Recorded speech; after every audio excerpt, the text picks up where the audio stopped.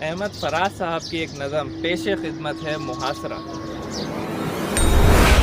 میرے غنیم نے مجھ کو پیام بھیجا کہ ہلکا زن ہے میرے گرد لشکری اس کے، فصیلے شہر کے ہر برج ہر مینارے پر کما بدست ستاداں ہیں عسکری اس کے۔ وہ برق لہر بجھا دی گئی ہے جس کی تپش وجود خاک میں آتش فشاں جلاتی تھی، بچھا دیا گیا بارود اس کے پانی میں، وہ جوئے آب جو میری گلی کو آتی تھی۔ سبھی دریدہ بدن اب بدن دریدہ ہوئے، سپرد داد و رسن سب سر کشیدہ ہوئے۔ تمام صوفی و سالک سبھی شیوخ و امام امید لطف پہ ایوان کچ کلا میں ہے۔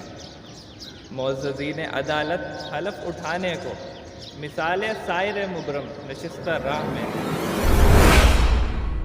تم اہل حرف کے پندار کے سناگر ہو، تم اہل حرف کے پندار کے سناگر ہو، آسمان ہنر کے ہجوم سامنے۔ بس اس قدر تھا کہ دربار سے بلاوا تھا، گداگران سخن کے ہجوم سامنے۔ اسے خبر نہیں تاریخ کیا سکھاتی ہے، رات جب کسی خورشید کو شہید کرے، صبح ایک نیا سورج تراش لاتی ہے۔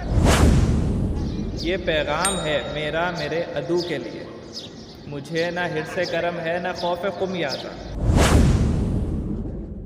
اسے ہے شدت شمشیر پر گھمنڈ بہت، اسے نکوہ قلم کا نہیں ہے اندازہ۔ میرا قلم نہیں کردار اس محافظ کا، میرا قلم نہیں کردار اس محافظ کا جو اپنے ہی شہر کو محصور کر کے ناز کرے۔ میرا قلم نہیں کاسا کسی سبک سر کا جو غاصبوں کو قصیدوں سے سرفراز کرے۔